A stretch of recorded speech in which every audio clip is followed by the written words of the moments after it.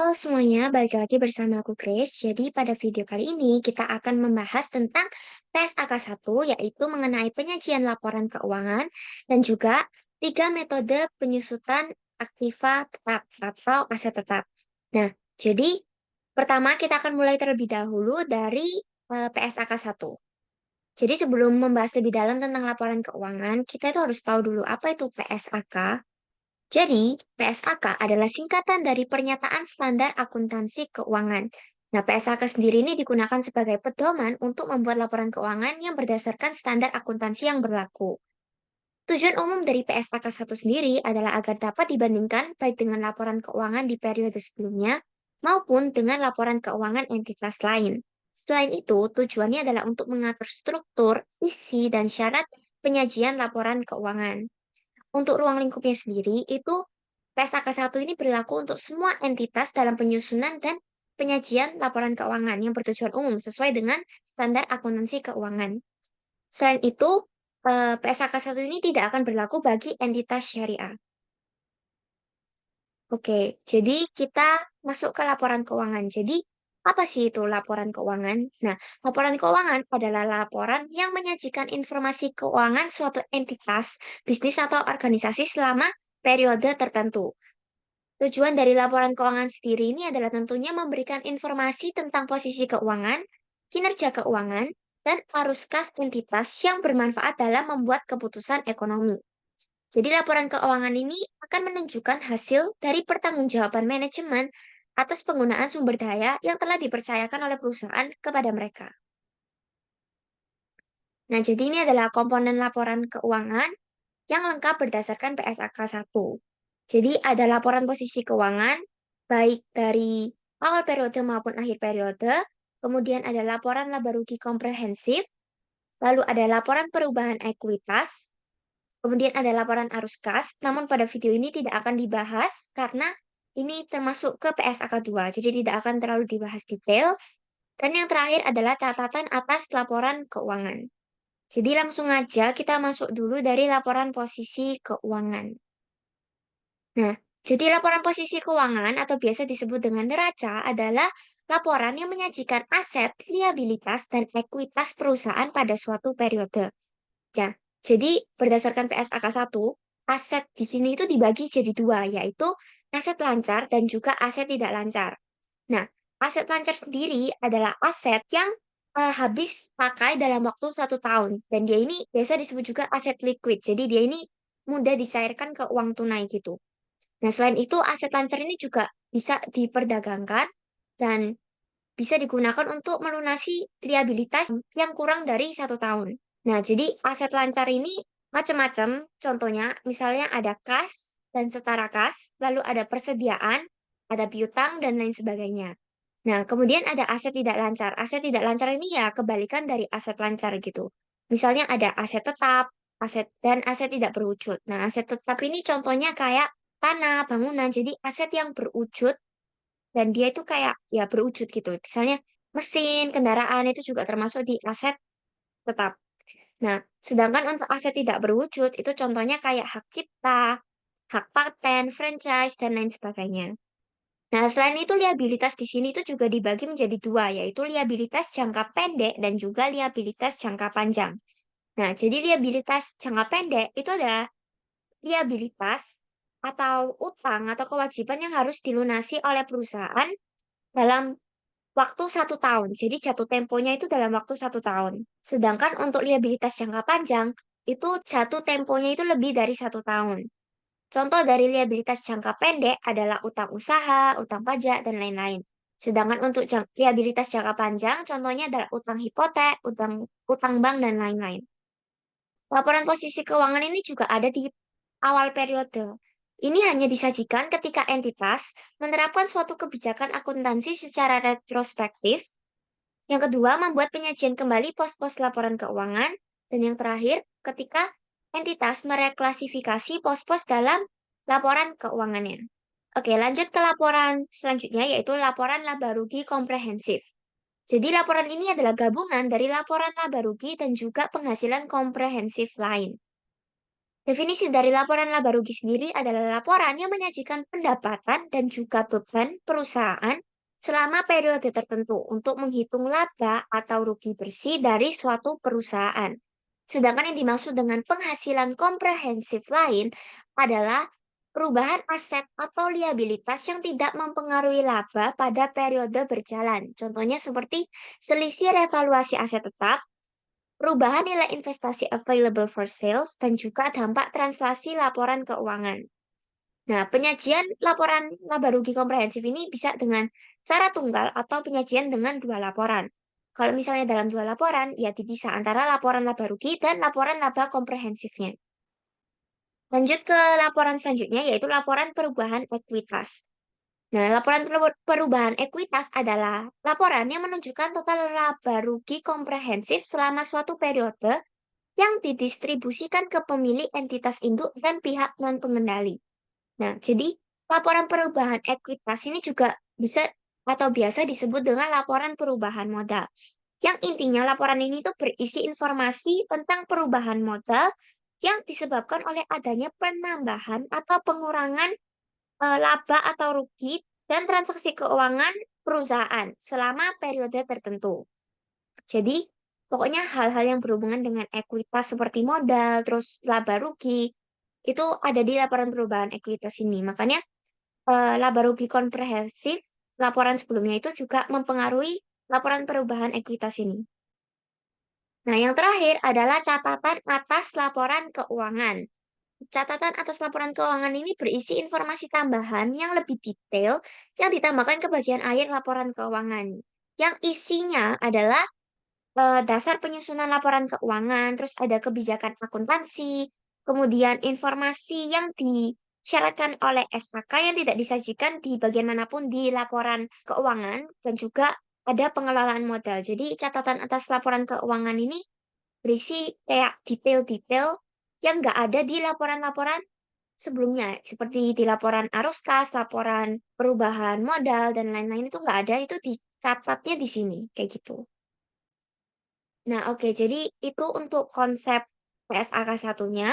Supaya kita lebih paham lagi, kita coba menggunakan ilmu yang udah kita dapat ini dengan menganalisis laporan keuangan yang sesungguhnya. Jadi kita coba menganalisis laporan keuangan dari perusahaan terbuka.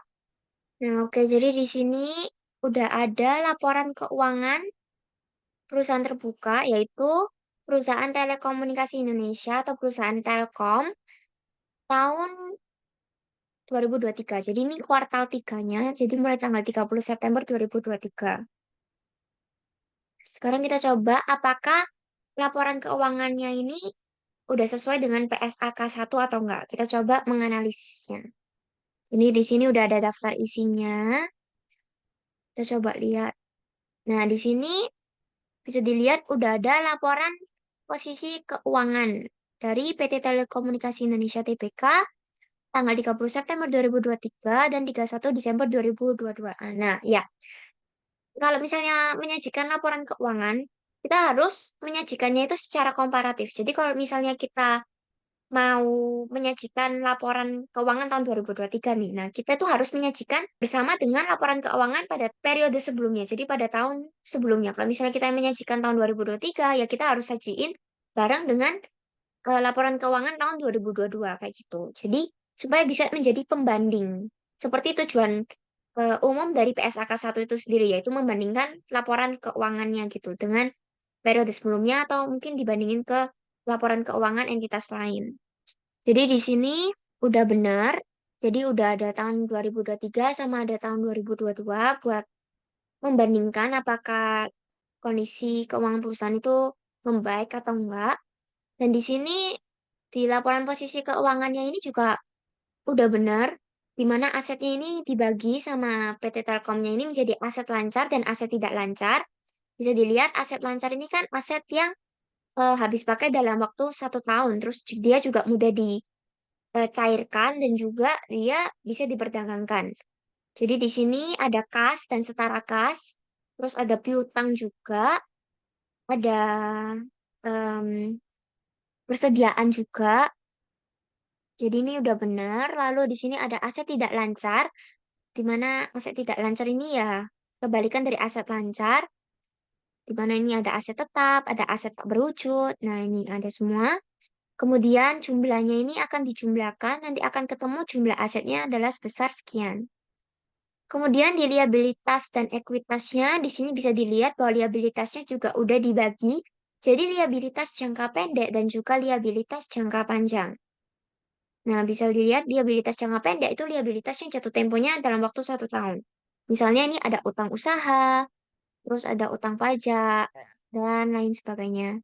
Utang bank jangka pendek, terus ini jumlahnya segini. Untuk liabilitas jangka panjangnya ini liabilitas yang jatuh temponya lebih dari 1 tahun.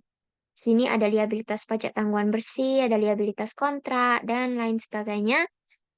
Dan nanti ini akan dijumlahkan liabilitas jangka pendek dan jangka panjangnya akan ketemu sebesar sekian. Lalu di sini ada ekuitasnya juga. Di sini ada modal, ada saldo laba, terus juga ada jumlah ekuitas yang diatribusikan kepada pemilik entitas induk dan juga kepentingan non pengendali. Di sini ketemu jumlah ekuitasnya dan ini adalah jumlah liabilitas plus ekuitasnya. Dan bisa dilihat di sini bahwa jumlah liabilitas dan ekuitasnya ini akan sama dengan jumlah asetnya. Nah, sama kan?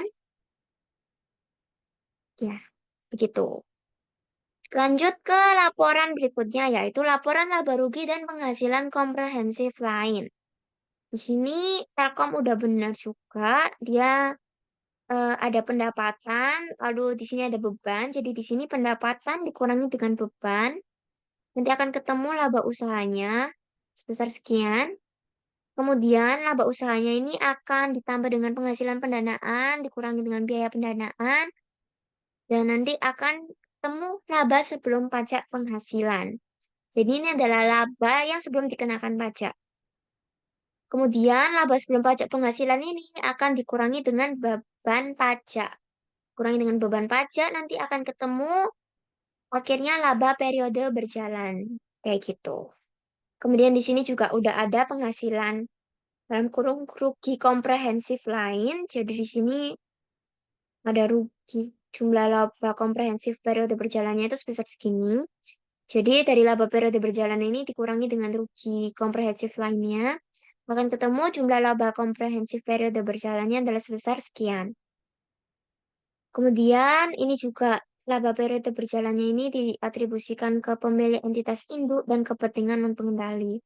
Terus di sini juga ada laba per saham dasarnya. Jadi untuk laporan laba rugi dan penghasilan komprehensif lain ini udah benar, udah sesuai.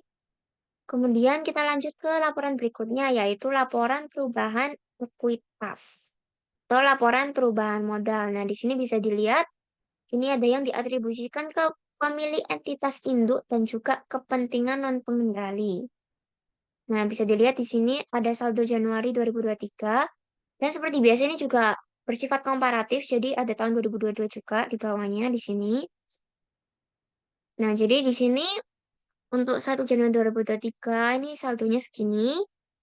Terus ada penambahan modal dari non dan pengendali entitas anak, lalu ada penyesuaian kepentingan non pengendali, terus ada juga dividen, ya berkaitan dengan ekuitas lah ya, ada dividen, penambahan modal, terus ada modal saham kepentingan non pengendali. Nah, ini juga ada laba periode berjalan. Nah, ini berkaitan juga dengan laporan laba rugi dan penghasilan komprehensif yang sebelumnya. Ini di sini ada laba periode berjalan dan penghasilan komprehensif lain bersih. Bisa dilihat di sini angkanya itu akan sama dengan angka yang di atas. Misalnya ini laba periode berjalan ya. Untuk diatribusikan kepada pemilik entitas induk. Jadi ini angkanya dapat dari sini. Jadi laba periode berjalan yang diatribusikan kepada pemilik entitas induk. Jadi angkanya akan sama. Lalu penghasilan komprehensif lain bersihnya juga yang jumlah bersihnya ini bisa diambil dari sini. Jadi ini sudah sesuai. Jadi itu untuk laporan perubahan ekuitasnya. Selanjutnya ada Ya, ini ada laporan arus kas, namun karena ini akan dibahas di PSA kedua, jadi nggak akan kita bahas sekarang. Tapi ya, sebenarnya arus kas kan juga udah pernah kita pelajari di video-video sebelumnya, sekilas-sekilas. Intinya, laporan arus kas itu ada arus kas dari kegiatan operasi, ada dari kegiatan investasi, dan ada dari kegiatan pendanaan. Jadi ini tuh ya seputar kas perusahaan lah ya, keluar masuk kas perusahaan. Nah, terakhir ini ada catatan atas laporan keuangan nih. Di sini udah ada catatan-catatannya untuk tanggal 30 September 2023. Di sini ada informasi umum tentang perusahaan telekomunikasinya, terus juga ada kebijakan akuntansinya juga. Nah, di sini ada kebijakan akuntansi, ya hal-hal detail tambahan yang nggak dimuat di laporan-laporan sebelumnya, itu akan dimuat di catatan atas laporan keuangan ini. Jadi bisa disimpulkan bahwa laporan keuangan yang dibuat oleh perusahaan Telkom ini udah sesuai dengan PSAK 1. Jadi udah sesuai dengan standar akuntansi keuangan yang berlaku. Oke, jadi kita lanjut ke metode penyusutan aset tetap. Oke, jadi sekarang kita belajar tentang 3 metode penyusutan aset tetap. Nah, di sini kita akan belajar metode garis lurus, unit aktivitas, dan juga saldo menurun ganda atau double declining. Nah, yang namanya aset tetap itu misalnya ada kayak mesin, kendaraan, nah kayak gitu itu aset tetap. Nah, kalau misalnya aset tetap ini kan pasti bisa mengalami yang namanya penyusutan. Untuk menghitung penyusutan itu ada beberapa metode. Tiga di antaranya yaitu ada garis lurus, unit aktivitas, dan saldo menurun ganda ini. Jadi supaya kita lebih ngerti, kita coba langsung kerjain aja. Di sini ada soal mesin itu biaya peralatannya harganya 300 juta, terus nilai umur manfaatnya 5 tahun dan nilai sisanya 10 juta. Nah, di sini kita coba kerjain dari metode garis lurus terlebih dahulu. Nah, metode garis lurus itu metode yang paling gampang sebenarnya, dia paling basic. Jadi, biaya yang disusutkan itu, biaya penyusutannya itu dari tahun pertama, kalau di sini umur manfaatnya 5 tahun, jadi sampai tahun kelima, biaya penyusutannya itu sama. Kayak gitu. Dan ini misalnya dia beli mesinnya tahun 2019. Karena dia umur manfaatnya 5 tahun, kita sampai tahun 2023, 5 tahun. Nah, biaya yang dapat disusutkan ini dapat dari mana? Biaya yang dapat disusutkan ini didapat dari biaya peralatannya ini, nilai awalnya ini dikurangi dengan nilai sisanya. Jadi nilai sisa ini bisa disebut juga dengan nilai residu. Itu nilai yang diharapkan kalau misalnya udah 5 tahun, terus misalnya kayak mau dijual atau gimana itu, ya diharapkan dia tuh bisa dijual dengan harga segini. Kayak gitu. Jadi itu ya nilai sisanya lah. Nah, karena ini metode garis lurus, biaya yang dapat disusutkan sampai tahun 2023 ini sama. Jadi biaya penyusutan, biaya yang dapat disusutkan ini nilainya sama semua, sama rata. Selama 5 tahun ini. Jadi di sini kita langsung bisa string aja FNF4. Begini. Lalu kita tarik ke bawah. Begini. Untuk rate-nya, ini kita dapetin dari 100% dibagi dari umur manfaat mesinnya ini. Jadi 100% kita bagi dengan umur manfaatnya. Di sini kan 5 tahun, jadi kita bagi 5. Jadi tarif penyusutan per tahunnya itu 20%, kayak gitu. Biaya penyusutannya didapat dari biaya yang dapat disusutkan dikali dengan rate-nya. Jadi ini dikali dengan rate-nya. Nanti akan ketemu biaya penyusutan per tahunnya adalah 58 juta. Nah, ini karena sama, ini kita string dulu. Ini juga. Jadi ini karena sama, kita tarik aja sampai bawah. Biaya penyusutannya juga kita tarik sampai ke bawah. Begini. Nah, untuk akumulasi penyusutannya di tahun pertama itu diambil dari biaya penyusutannya aja. Kayak gini. Dan untuk tahun kedua dan seterusnya itu diambil dari akumulasi penyusutan di periode sebelumnya ditambah dengan biaya penyusutan di tahun tersebut. Jadi ini ditambah begini. Nah, ini kita drag aja ke bawah. Seperti itu. Untuk nilai bukunya itu didapat dari nilai atau biaya peralatannya yang awal ini, yang 300 juta ini, kita kurangi dengan akumulasi penyusutannya. Kayak gini. Dia akan ketemu nilai bukunya adalah segini. Jadi di sini ketemu 242 juta. Nah, karena 300 jutanya ini sama, jadi kita string, lalu bisa kita tarik langsung drag ke bawah. Nanti akan ketemu nilai buku akhirnya ini akan sama dengan nilai sisa yang diharapkan, yaitu 10 juta. Seperti itu. Jadi ini untuk metode yang pertama, yaitu metode garis lurus. Oke, sekarang kita coba kerjakan untuk metode unit aktivitas. Metode unit aktivitas ini jadi metode penyusutan yang berdasarkan dari unit aktivitasnya. Misalnya kalau kendaraan ya tergantung dari tahun itu kendaraan itu tuh udah jalan berapa kilometer gitu.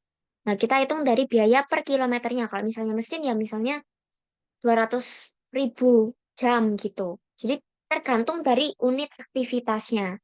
Kalau misalnya ini mesin, nah di sini udah dikasih tahu unit aktivitasnya per tahun itu berapa. Jadi ini tergantung. Jadi tergantung dia per tahun ini ngabisin unit aktivitas berapa, dan itu eh, nggak mesti sama ya. Jadi ini bisa bervariasi, bisa naik turun, bisa lebih tinggi atau lebih rendah ya tergantung dari eh, penggunaan dari aset itu sendiri, tergantung dari penggunaan mesin.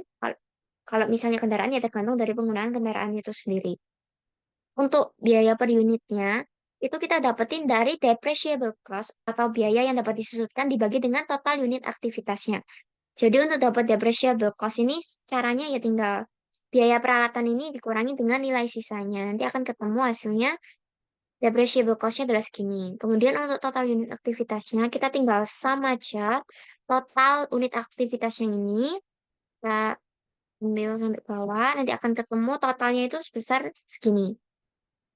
Nah, untuk biaya per unitnya itu tinggal kita bagi aja. Depreciable cost kita bagi dengan total unit aktivitasnya. Jadi biaya per unitnya, jadi per satu unitnya itu adalah sebesar 193 ini.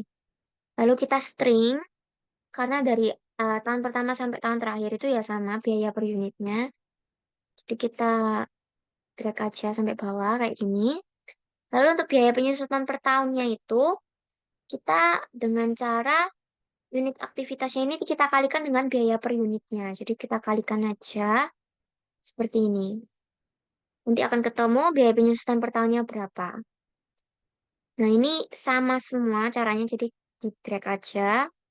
Lalu untuk akumulasi penyusutannya, seperti biasa kalau di tahun pertama itu diambil dari biaya penyusutannya pada tahun itu aja, seperti ini. Sedangkan untuk tahun berikutnya, kita ambil dari akumulasi penyusutan di periode sebelumnya, kita tambahkan dengan biaya penyusutan di tahun tersebut. Akan ketemu hasilnya seperti ini. Kita drag aja sampai bawah. Lalu untuk nilai bukunya sendiri, itu kita dapat dari biaya peralatan ini, kita kurangkan dengan akumulasi penyusutannya. Seperti ini. Lalu jangan lupa kita string, nanti akan kita drag sampai bawah. Nah, nanti akan ketemu hasilnya sama nilai buku terakhirnya ini akan 10 juta. Seperti itu. Nah, oke, jadi itu untuk metode unit aktivitas. Selanjutnya kita akan belajar tentang metode saldo menurun ganda. Nah, seperti namanya saldo menurun. Jadi, kalau misalnya saldo menurun ganda ini, yaitu biaya penyusutannya di awal itu lebih mahal dibandingin biaya penyusutan di tahun-tahun terakhirnya. Jadi, dia itu tambah lama, biaya penyusutannya itu akan semakin murah gitu. Jadi, dari mahal ke murah. Caranya, nilai buku awal ini kita langsung ambil aja dari biaya peralatan yang ini. Jadi, nggak perlu dikurangi dengan nilai sisanya. Langsung kita ambil aja kayak gini. Untuk rate-nya, karena ini saldo menurun ganda berarti rate-nya itu kita kalikan 2. Jadi rate normalnya itu kita kalikan dengan 2. Kalau misalnya sebelumnya tadi kan kita 100% tuh. 100% kita bagi 5 sesuai dengan umur manfaatnya. Namun karena ini saldo menurun ganda, kita kalikan dengan 2. Jadi kita kali 2. Seperti ini. Jadi rate-nya akan menjadi 40%, 2 kali lipatnya. Biaya penyusutannya sama tinggal kita kalikan aja nilai buku awal, kita kalikan dengan rate-nya. Kan ketemu hasilnya segini. Akumulasi penyusutan di tahun pertama ambil di biaya penyusutannya. Nilai bukunya kita tinggal ya 300 juta. Ini dikurangi dengan akumulasi penyusutannya. Seperti ini. Nah, jadi akan ketemu nilai bukunya 180 juta. Nah, di tahun 2020, di tahun berikutnya, nilai buku awalnya ini akan diambil dari nilai buku dari periode sebelumnya. Jadi, nilai buku dari yang tahun 2019 ini. Seperti ini. Jadi, ini kayak gini, kita drag aja ke bawah. Untuk rate-nya ini sama. Kita ambil dari sini. eh kita string, lalu kita drag aja ke bawah. Biaya penyusutannya caranya sama, kita drag aja. Untuk akumulasi penyusutannya, dapat dari akumulasi penyusutan periode sebelumnya ditambah biaya penyusutan di tahun tersebut. Seperti ini. Kita drag aja ke bawah. Untuk nilai bukunya, sama, tinggal di string aja. Seperti ini. Lalu kita drag sampai bawah. Seperti ini. Nah, bisa dilihat bahwa nilai buku yang terakhir ini itu nggak sesuai gitu. Kita kan mengharapkannya nilai sisanya 10 juta. Tapi di sini nilai bukunya tuh 23 juta. Nah, jadi makanya di saldo menurun ganda ini kita harus lebih teliti karena di tahun terakhirnya itu harus disesuaikan gitu. Jadi, biaya penyusutannya di sini itu kita nggak dapat dari nilai buku awal dikali rate-nya. Kita dapatinnya itu dari nilai buku awalnya ini kita kurangkan dengan nilai sisa yang kita harapkan. Kita klik enter, nanti akan menyesuaikan sendiri semuanya. Akumulasi penyusutannya dan nilai bukunya nanti akan sesuai sama yang kita harapkan, yaitu 10 juta. Jadi itu untuk saldo menurun ganda. Nah, di soal berikutnya ini misalnya kita mau metode garis lurus. Tapi di sini kita beli mesinnya itu pada tanggal 1 Mei 2019. Jadi nggak mulai dari awal tahun. Nah, itu caranya gimana? Jadi kalau misalnya dengan metode garis lurus, itu kita caranya, biaya yang dapat disusutkan ini caranya sama, yaitu kita tinggal 300 juta ini kita kurangkan dengan 10 juta. Jadi dapatnya 290 juta. Untuk rate-nya sama, yaitu 100% kita bagi dengan 5 tahun, dengan umur manfaatnya. Kita akan ketemu rate-nya 20%, biaya penyusutannya sama, tinggal dikalikan aja. Biaya yang dapat disusutkan dengan rate-nya, akan ketemu biaya penyusutannya berapa. Nah, yang membedakan adalah karena kita beli ini pada tanggal 1 Mei 2019, jadi ibaratnya mesin ini baru beroperasi pada bulan Mei, jadi nggak mulai awal tahun kan. Partial year ini itu ya kita dapatkan dari berapa bulan mesin tersebut bekerja dalam 1 tahun. Misalnya kita baru beli tanggal 1 Mei, jadi ibaratnya mesin ini baru bekerja itu pada tanggal 1 Mei kan. Nah, dari Mei ke Desember itu ada berapa bulan? Ada Mei, Juni, Juli, Agustus, September, Oktober, November, Desember. Jadi 8 bulan. Jadi pada tahun 2019, mesin ini hanya bekerja itu 8 bulan dari 12 bulan. Jadi 8 bulan dari 1 tahun kan. Jadi 8 dari 12. Sehingga di partial year-nya ini kita ketiknya itu sama dengan 8/12. Karena pada tahun 2019, mesin ini hanya bekerja selama 8 bulan. Seperti itu. Atau 2/3 kalau eh, berkecil. 8/12 jadi 2/3. Current year expense itu ya beban yang kita keluarkan untuk tahun ini, biaya penyusutan yang kita keluarkan untuk tahun ini. Jadi, karena dia cuma bekerja 8 bulan aja, biaya penyusutannya itu nggak 58 juta, melainkan 2/3 dari 58 juta. Karena dia cuma bekerja 8 bulan kan. Jadi, kita kalikan biaya penyusutan ini dengan partial year-nya. Jadi, biaya penyusutan yang dikeluarkan untuk tahun 2019 itu adalah sebesar 38 juta ini, bukan 58 juta. Untuk akumulasi penyusutannya, kita ambil dari current year expense. Jadi, dari sini sama, karena dia masih tahun pertama. Untuk nilai bukunya, kita ambil dari yang biaya peralatan ini, kita kurangkan dengan akumulasi penyusutannya. Sama seperti metode garis lurus yang udah kita kerjain tadi. Seperti ini. Nah, untuk biaya yang dapat disusutkan ini, Dari awal sampai akhir sama, karena ini metode garis lurus, jadi kita string aja. Lalu kita drag sampai bawah. Nah, di sini bisa dilihat bahwa tahunnya itu nggak sampai tahun 2023 kayak sebelumnya. Ini kan cuma sampai tahun 2023 ya, karena 5 tahun kan. Nah, karena ini parsial, jadi kita baru beli 1 Mei. Anggapannya masih ada sisa 4 bulan lagi. Mesin ini tuh bisa bekerja gitu dari umur manfaatnya. Karena kalau misalnya dari tahun 2019, Mei 2019 sampai akhir tahun 2023, itu mesinnya baru bekerja selama 4 tahun 8 bulan kan.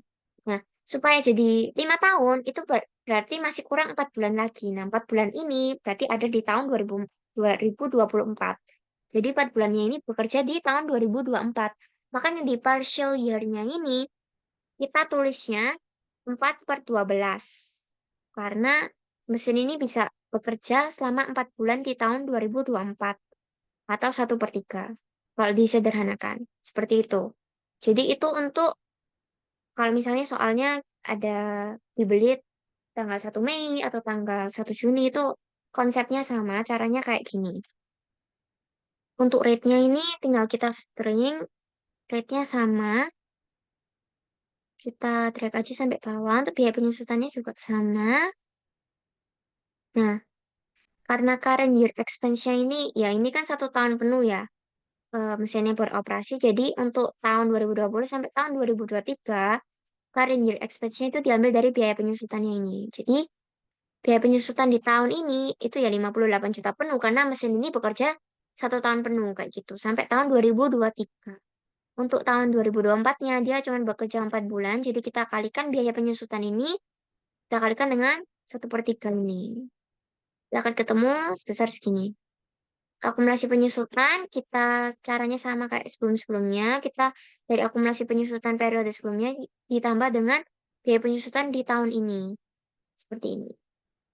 Dan ini caranya sama sampai akhir. Untuk nilai bukunya juga sama. Ini udah di string. Tinggal kita drag aja sampai bawah. Nah, nanti akan ketemu nilai buku akhirnya. Sesuai dengan nilai sisanya, yaitu 10 juta. Seperti itu.